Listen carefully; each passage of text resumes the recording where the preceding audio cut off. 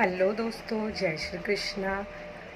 आप सभी को आज मैं राहु केतु राशि परिवर्तन प्रभाव के बारे में बताने आई हूँ।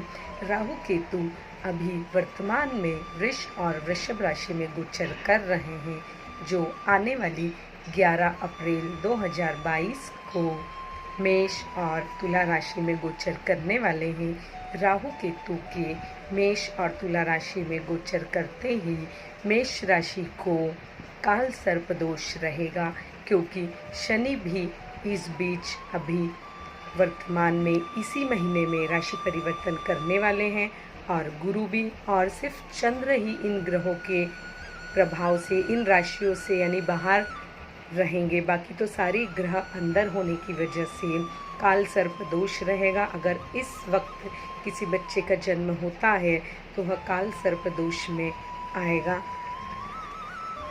राहु की पंचम दृष्टि सिंह राशि पर होने की वजह से जो विद्यार्थी पढ़ाई कर रहे हैं उनकी पढ़ाई में थोड़ी रुकावटें आएंगी।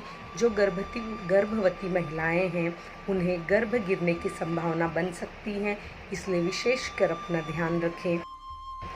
अगर कोई जातक प्रेम विवाह में है तो प्रेम विवाह टूटने की भी नौबत आ सकती है, या आपका प्रेम विच्छेद होने की संभावना बनी रहती है, प्रेम में दरार आने की संभावना बनी रहती है।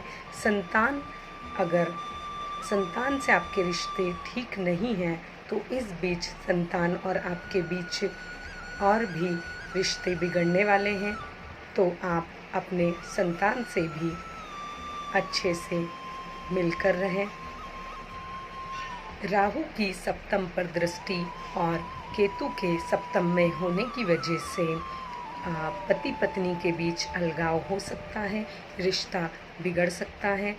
अगर आप पार्टनरशिप में जॉब या व्यापार कर रहे हैं तो अपने पार्टनर से आप थोड़ा बना कर रखिएगा। इस बीच आपके पार्टनर से भी आपके रिश्ते बिगड़ने की उम्मीदें हैं। राहु का लग्न पर होना और केतु की दृष्टि से आप खुद सही फैसले नहीं ले पाएंगे और अपने आप को भ्रमित करेंगे, क्योंकि राहु का काम ही है इंसान को भयभीत करना।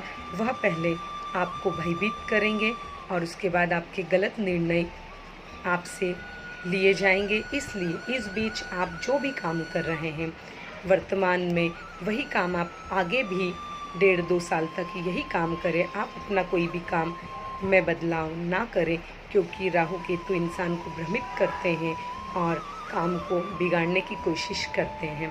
तो इस बीच आप अपना विशेष ध्यान रखें।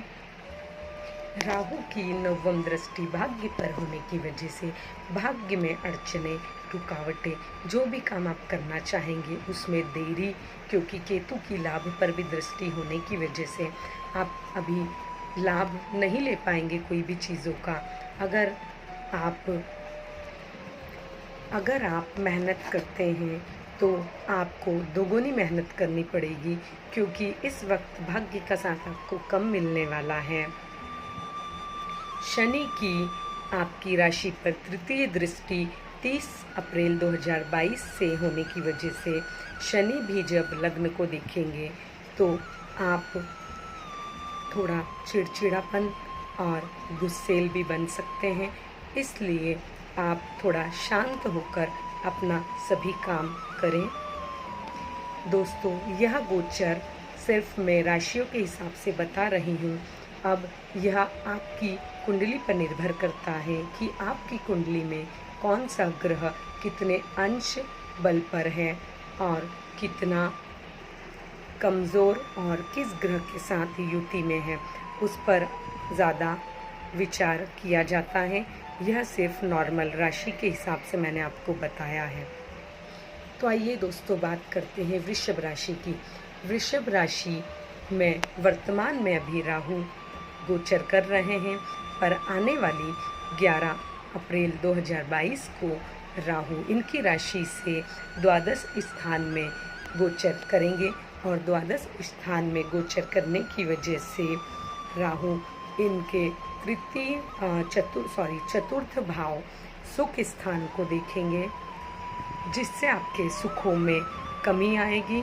आपके घर में घर का वातावरण थोड़ा बिगड़ता रहेगा, घर में तनाव की स्थिति पैदा होगी। तो आप घर में कलह होने से बचाए रखें, किसी भी वाद विवाद में ना पड़े। राहु द्वादश में होने से और षष्ठम पर इसकी दृष्टि होने से रोग रिपु ऋण भाव पर जब इनकी दृष्टि पड़ जाती है तो इंसान या तो फिर कुछ उल्टा काम करने लगता है या उसका दिमाग इन चीज़ों में चलने लगता है। तो आप ऋण लेने से बचें। ऋण अगर देते हैं तो लेने के चांस कम रहेंगे और अपने दुश्मनों से बचकर रहें, क्योंकि इस वक्त दुश्मन आप पर हावी होने का प्रयास करेंगे। और राहु की नवम दृष्टि अष्टम पर होने की वजह से अगर आप काफ़ी समय से बीमार हैं या कोई बुज़ुर्ग है तो आपकी एज को परेशानी यानी आपकी सेहत और भी बीमार आप हो सकते हैं, सेहत पर आपको प्रभाव देखने को मिलेगा। राहु का अष्टम पर देखने की वजह से इंसान तंत्र मंत्र आध्यात्मिक कुछ ऐसी चीज़ें सीखने की कोशिश करता है। जहाँ राहु आपसे यह सभी काम करवाएंगे, वहीं केतु की पंचम दृष्टि आपके कर्म स्थान पर होने की वजह से, और केतु राहु के बदले बहुत अच्छा फल देते हैं। केतु की दृष्टि आपके दसम आपके कर्म स्थान पर होने की वजह से आपके काम में बढ़ोतरी होगी। अगर आप कोई जॉब या बिजनेस कर रहे हैं तो आपको डबल मुनाफा होने की संभावना रहेगी। अगर आप बहुत टाइम से बाहर जाने की सोच रहे हैं तो इस गोचर के बीच शायद आपका बाहर यानी आउट ऑफ कंट्री या अपने वर्तमान स्थान से कहीं भी आप परिवर्तन कर सकते हैं। इस बीच यह चांस बढ़ जाएंगे। केतु की धन पर दृष्टि होने से धन में बढ़ोतरी होगी।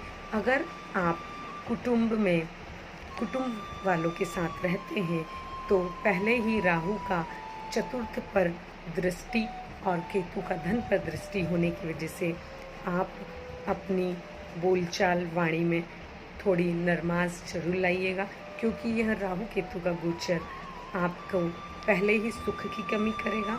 और केतु की धन पर दृष्टि होने की वजह से धन तो आएगा पर जमा धन नहीं हो पाएगा, इसलिए आप विशेष ध्यान रखें। कुल मिलाकर आपके लिए यह गोचर शुभ रहेगा। तो दोस्तों, अब तक हमने बात की है 2 राशियों के बारे में। अब हम बात करते हैं तीसरी राशि यानी मिथुन राशि के बारे में। अगर आप मिथुन राशि वाले हैं तो मिथुन राशि से यह राहु केतु का गोचर लाभ में और पंचम में होने जा रहा है। राहु की लाभ से पराक्रम भाव यानी तृतीय भाव पर पंचम दृष्टि होने की वजह से आपको बहुत ज़्यादा मेहनत करनी होगी। अपने भाई बहनों से आपका रिश्ता बिगड़ने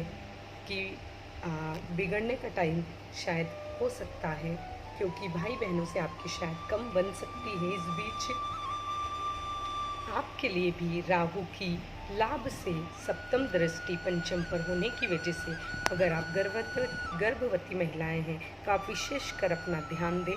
अगर आप विद्यार्थी हैं तो आपकी पढ़ाई में भी अड़चनें आ सकती हैं, और अगर आप पढ़ाई में कॉलेज या कुछ कोर्स कर रहे हैं तो हो सकता है कि आप अभी तक जो काम कर रहे थे और जो नहीं सक्सेस हो रहा था वो इस गोचर के दौरान सक्सेस होने के पूरे चांस हैं। आप आध्यात्मिक कामों को, आध्यात्मिक पुस्तकों को लेकर बहुत ज़्यादा रुचि रखने वाले हैं। इस बीच राहु की सप्तम भाव पर दृष्टि होने की वजह से यह आपके पति और आपके बीच अलगाव को उत्पन्न करवाएंगे। आप अगर पार्टनरशिप में व्यापार करते हैं तो आप अपने पार्टनर का भी ध्यान रखिएगा, और अगर आप पार्टनरशिप करने के लिए कार्यरत हैं यानी आप कार्य करने की सोच रहे हैं तो अभी आप पार्टनरशिप में कार्य ना करें। पर यहाँ केतु आपके पंचम पर गोचर करने से, तुला राशि में गोचर करने से और भाग्य को देखने की वजह से आपके भाग्य में बढ़ोतरी होगी।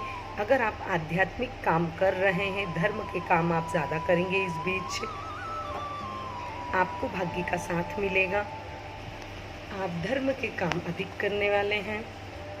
केतु लाभ पर दृष्टि रखने से आपको सब कुछ होने की वजह से भी केतु जब लाभ को देखते हैं तो महत्वाकांक्षा और बढ़ा देते हैं। इंसान की आय को लेकर आपकी आय अच्छी खासी रहेगी, आपकी आय में बढ़ोतरी होने वाली है।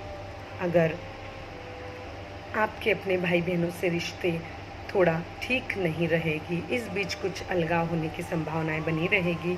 और केतु की नवम दृष्टि आपके लग्न पर होने की वजह से आपके व्यक्तित्व में निखार आएगा।